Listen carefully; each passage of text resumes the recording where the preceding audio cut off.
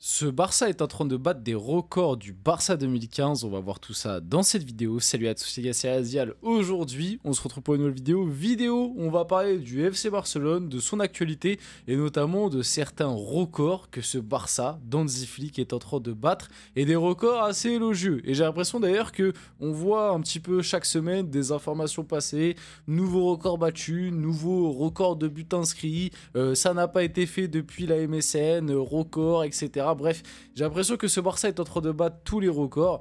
On le dit depuis le début de la saison, je ne suis pas le seul à le dire, mais je partage absolument ces avis. Ce Barça est quand même hyper plaisant à voir. Ce Barça est très puissant, fait peur, on va être honnête, même si il y a des failles, même si tout n'est pas parfait, et on le voit en Liga au final, pour le moment, ils sont troisième, même si là, ils sont revenus à 2 points du Real Madrid qui est leader, et ça va nous donner une Liga très disputée jusqu'à la fin de saison, sans oublier en plus qu'il y a un classico où du coup, si les deux équipes ne perdent pas de points en plus d'ici là, ou alors à la limite un nul du Real qui serait encore plus magnifique, parce que du coup, ça ferait que les deux équipes seraient égalité. Il ne faut pas aussi oublier l'Atlético, bien évidemment, dans cette lutte à 3, et même voir attention, parce qu'on n'en parle pas beaucoup, même s'ils sont un peu derrière, mais l'Athletic Bilbao est pas si loin que ça. L'Athletic Club, ils sont pas si loin que ça au final, parce que je crois ils sont à 4 points du Barça et du coup à 6 points du Real. Donc bon,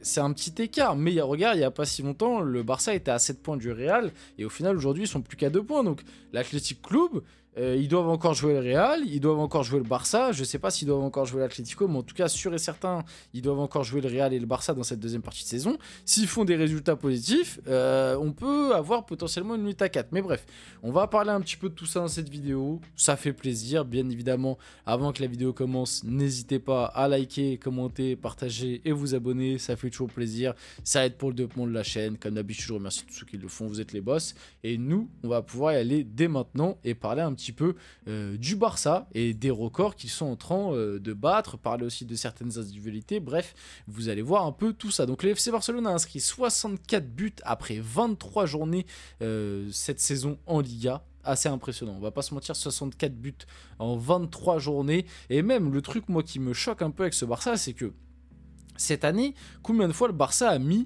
4, 5, 6, 7 buts dans les matchs. Déjà, je crois franchement, faire un match où tu mets 7 buts, c'est très rare dans une saison. Et je crois que le Barça, cette année, il y en a 2 ou 3. Il y en a 2 ou 3 cette saison, des matchs où ils ont collé 7 buts. Et même des matchs à 4-5 buts, j'ai l'impression que cette année, limite, c'est le score un peu banal et logique que le Barça. Mais regarde, encore une fois, hier soir, d'ailleurs, le débrief, voilà, je fais la petite auto-promo, mais le débrief de Séville-Barça, disponible sur la chaîne, n'hésitez pas à aller le voir si ça vous intéresse. Mais Séville-Barça, 4-1, voilà. Alors qu'en plus, le Barça, sur le match, fait pas une prestation offensive, je trouve, de grande qualité. Enfin, en tout cas, c'est pas leur meilleure prestation offensive. Tu vois, ils ont été dominateurs, ils ont mérité de gagner, même si bon, il y a eu les petites polémiques. Bref, de toute façon, allez voir le débrief si vous voulez avoir un peu plus de détails sur le match. Mais ils ont bien pressé, comme d'habitude, on joue, on presse, on conserve, comme d'hab, ils ont asphyxié l'adversaire, mais je trouve que c'est pas leur meilleure presta offensive. La preuve avec Rafinha, en plus qui est juste ici. Rafinha, je trouve que hier face à Séville, il fait un bon match, mais il n'a pas été excellent comme je l'ai déjà vu. Pareil, Lamine Yamal, il fait une grosse première mi-temps, deuxième mi-temps, un peu plus en retrait. On a Lewandowski qui, dans le jeu, voilà, comme d'habitude, on en reparlera un peu après, mais dans le jeu, je trouve quand même qu'il y a certaines limites. Alors, il a fait 2-3 déviations sympathiques, mais limite sur les derniers matchs, j'ai préféré Ferran Torres dans le jeu. Et en plus, Ferran Torres, il a aussi pas mal scoré. Bon, après, voilà, c'est des profils très différents. On le voit, le but que met Lewandowski, bah, si t'as Ferran Torres, sûrement que Ferran Torres te le met pas, tu vois. Donc, c'est des choix, de profil, des choix d'entraîneur. Donc, et puis au final, quand même, Lewandowski fait ses stats, on va pas se mentir, même s'il il est un peu moins performant ces derniers temps. Mais ouais, tu vois, hier, c'est pas leur meilleure presta offensive et malgré tout, ils te collent 4 buts, quoi. Donc, c'est assez impressionnant. Il faut remonter à la saison 2014-2015 avec le trio Messi, Suarez, Neymar pour voir une telle attaque au Barça à ce stade de la saison. Donc, Rafinha, Lamine Yamal, Lewandowski, en termes de pure statistiques, sont en train de faire une saison digne de la MSN. Non, mais je sais pas si on se rend compte parce que No offense, hein. Mais le trio, pour moi, ça n'a rien à voir. Alors franchement, si vite fait, on doit faire un débat, j'ai vu les supporters du Barça FR ont trouvé un petit nom pour Rafinha, Lewandowski, Yamal, c'est la rafale. Parce que Rafinha, Hera, Lewandowski... Non, attends, comment ils ont fait? La rafale. Bref, je sais plus comment ils ont fait. Si, je crois que c'est ça. Hera pour Rafinha. Et après, bref, vous avez compris. Donc, le surnom est très bien trouvé. Mais alors, la rafale par rapport à la MSN, en termes de talent et tout, ça n'a rien à voir. Mais c'est vrai que c'est assez dingue que statistiquement parlant, ce trio soit aussi proche du trio de la MSN. Même si c'est pas que eux qui ont marqué les 64 buts, hein, parce qu'on le voit, Fermin Lopez en ce moment il marque pas mal, même à Eric Garcia finalement, il y a Baldé qui a mis quelques buts. Enfin bref. Ce Barça, voilà, il y a un peu tout le monde qui a marqué. Gavi aussi a mis 2-3 buts à un moment. Pedri aussi, il a dû en mettre un ou deux. Bref, bah après, comme à l'époque, hein, je pense qu'à l'époque, il n'y avait pas que tout. Enfin, que les buts n'étaient pas que entre les trois de la MSN. Je pense qu'à des moments, Iniesta pouvait marquer, un Rakitic pouvait marquer, un Jordi Alba. Voilà, donc voilà. Mais voilà, ce Barça montre encore une fois que Hansi Flick fait du très bon travail et que c'est assez impressionnant parce qu'on va pas se mentir, hein. Au début de la saison, quand Hansi Flick il signe, que je vois l'effectif, je me dis bon, le Barça c'est sympa, ça peut peut-être aller chercher une Liga, mais honnêtement je les voyais pas aussi forts. On va pas se mentir, moi je voyais encore des limites quand même dans cet effectif. Rafinha, même si on avait déjà vu des très bonnes choses fin de saison dernière, notamment, bah, c'est un peu le match face au PSG qui l'a lancé. Le truc qui est assez paradoxal pour le Barça, c'est que la double confrontation face au PSG a un petit peu lancé Rafinha sur la dynamique qu'il a actuellement, mais en contrepartie, Barcola, il vous a pris Araújo, tu vois. Donc, vous avez gagné Rafinha, mais vous avez perdu Araújo, mais ouais, Rafinha qui avait très bien démarré la saison dernière, bah là cette saison voilà, il est en train de faire une saison de Ballon d'Or, faut se le dire, il est en train de faire une saison de Ballon d'Or. Voilà, bref, c'est assez impressionnant. On peut passer un peu à la suite parce qu'en plus en parlant de Rafinha, voilà, Rafinha, buteur et passeur décisif avec le Barça du coup hier soir, la saison de fou qu'il réalise, 32 matchs, 24 buts, 15 passes D. Et encore, je crois que je me demande si les stats sont pas incorrects parce que moi j'ai vu qu'il était à 40 goal assist. Alors là il manque soit une passe D soit un but dans les stats. Parce que moi j'ai vu sur plein d'autres sites, autres comptes, que il était à 40 goal assist cette saison en 32 matchs. Donc il y a peut-être un but ou une passe D qui manque. Donc à revérifier. Mais bref, dans tous les cas, 39 goal assist ou 40, voilà, on est sur des standards absolument impressionnants.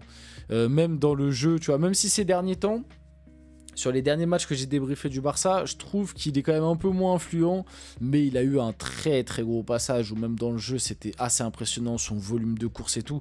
Franchement c'est devenu un joueur différent et moi je vais pas vous mentir, il y a un an et demi tu me disais Rafinha ça allait être un potentiel top 3 ballon d'or, parce qu'à l'heure actuelle c'est le cas, on va pas se mentir. Après on va attendre la suite de la saison parce que la Ligue des Champions va énormément compter, et puis si au final le Barça à la fin ne prend pas la Liga, bah évidemment que tu vas perdre des places au ballon d'or parce que les titres collectifs restent très importants. Mais voilà, il y a un an et demi, tu m'aurais dit que Rafinha faisait partie des candidats à un ballon d'or, mais j'aurais rigolé. Au final, le gars est là à l'heure actuelle, c'est assez impressionnant. Lewandowski, du coup, aussi buteur hier soir. Quelle saison de l'attaquant polonais. Cette saison, c'est 32 matchs. Alors franchement, ça m'a choqué parce que 32 matchs, 31 buts, 3 passes D. Pareil, lui, c'est des bonnes stats de buteur.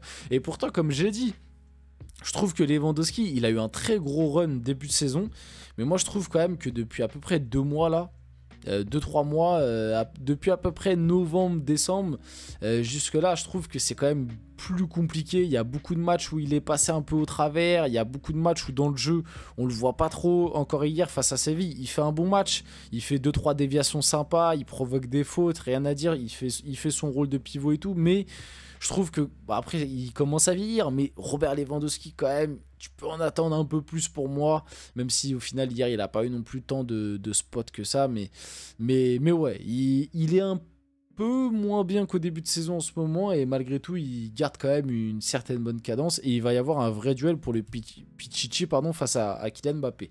Il y a aussi eu la sortie sur blessure de Ronald Araujo qui est sorti effondré, pardon, décidément. Moi, comme je vous l'ai dit un peu juste avant, j'ai rigolé, mais c'est un peu la réalité, c'est-à-dire que autant Rafinha, ça a été la révélation face au PSG en Ligue des Champions, autant Araujo, Barcola lui a vraiment pris toute son aura, tout son mojo. Il y a eu aussi la blessure, parce qu'il a fait match face au PSG, et juste après, il a pris une grosse blessure qui l'a éloigné des terrains pendant un moment. Et le cumul des deux, où mentalement, ça a été très dur, parce qu'il a été un petit peu la cible des supporters. Et en plus de ça, après, il a pris sa blessure. Et en plus, il y a eu ce truc où le Barça voulait même jusqu'à le vendre cet été. Il y a eu aussi des discussions cet hiver. Il était à 2 doigts de partir. Au final, il est resté parce qu'Inigo Martinez s'est blessé. Sinon, il allait partir cet hiver. Je pense que tout ça, ça aide pas. Et à l'heure actuelle, ouais, on a un joueur qui n'est plus lui-même et qui, honnêtement, à l'heure actuelle, moi je trouve qu'il montre qu'il n'a pas le niveau du Barça à l'heure actuelle. Donc, très compliqué et c'est assez triste. On va finir la vidéo là-dessus. J'espère que cette vidéo vous a plu. Si c'est le cas, n'hésitez pas à liker, commenter, partager et vous abonner. Les gars, c'était Azial. On se retrouve très rapidement pour une prochaine vidéo.